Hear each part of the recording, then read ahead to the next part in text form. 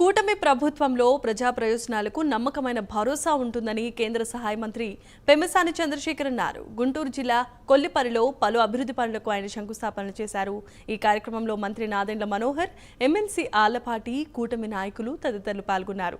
ప్రధానమంత్రి సడక్ యోజన ద్వారా చేపట్టిన వంతెన నిర్మాణ పనుల శిలాఫలకాన్ని కేంద్ర మంత్రి పెమ్మసాని, మంత్రి నాదెండ్ల ఆవిష్కరించారు.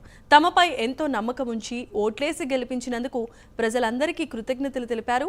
అందుకు తగ్గట్లుగానే ఈ ప్రాంత అభివృద్ధికి కృషి చేస్తామని కేంద్ర మంత్రి హామీ ఇచ్చారు. ఎలక్షన్ ముందు క్యాంపెయినింగ్ చేసినప్పుడు నేను ఒక మాట చెప్పాను. తెనాలి ప్రాంత ప్రజలు మనోహర్ గారిని గనక ఎలక్ట్ చేస్తే ఆయన డెఫినెట్ గా మినిస్టర్ అవుతారని చెప్పాను. మీకు గుర్తుందో లేదో? ఎందుకంటే ఆయన పవన్ కళ్యాణ్ గారి డైనింగ్ టేబుల్ దగ్గరికి వరకు వెళ్ళి ఈ ప్రాంతానికి నిధులు తీసుకొచ్చి తెనాలి అభివృద్ధి చెందుతుంది కాబట్టి తప్పనిసరిగా మీరు ఓటేయండి అంటే తెనాలి ప్రజలు కూడా ఆ రోజున అద్భుతమైన మెజారిటీ, చరిత్రలో లేని విధంగా 50,000 మెజారిటీతో గెలిపించారు.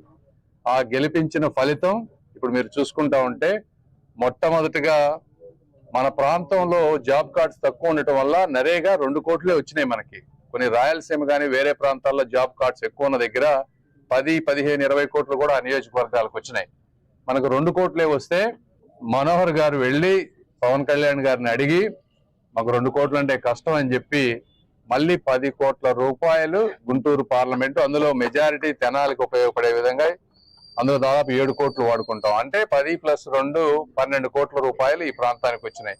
ఈ సంవత్సరం అనేక పనులు ప్రారంభించుకుని అభివృద్ధితో పాటు గౌరవ ముఖ్యమంత్రిగా చంద్రబాబు నాయుడు గారు ఎప్పుడు అంటున్న విధంగా సంక్షేమం కూడా కనివిని రీతిలో చేస్తే మన బడి పిల్లలకు ఉపయోగపడే విధంగా సన్నబియ్యం మధ్యాహ్న భోజన పథకం ద్వారా మేము అందించే సరుకు కానివ్వండి, వీటన్నిటిలో కూడా మన ప్రాంతం అంటే ఆంధ్రప్రదేశ్ భారతదేశంలో నంబర్ 1 స్థానానికి వెళ్లే విధంగా అందరం కలిసికట్టుగా పనిచేసుకుందాం. కూటమి యొక్క బలం ఇదే. కేంద్రంలో చంద్రశేఖర్ గారు ఉన్నారు, రాష్ట్రంలో మేము అందరం ఉన్నాం. తప్పకుండా కేంద్ర ప్రభుత్వాలు, రాష్ట్ర ప్రభుత్వాలు కలిసి అక్కడ మోడీ గారి నాయకత్వం, ఇక్కడ చంద్రబాబు నాయుడు గారి నాయకత్వంలో పవన్ కళ్యాణ్ గారికి ఉన్న చిత్తశుద్ధితోటి కార్యక్రమాలని పంచాయతీరాజ్ శాఖ ద్వారా ఒక మార్పు తీసుకొచ్చే విధంగా మన గ్రామాల్లో చక్కటి వాతావరణం తీసుకొస్తామని మనస్ఫూర్తిగా కొల్లిపరి గ్రామస్తులకు, పెద్దలకు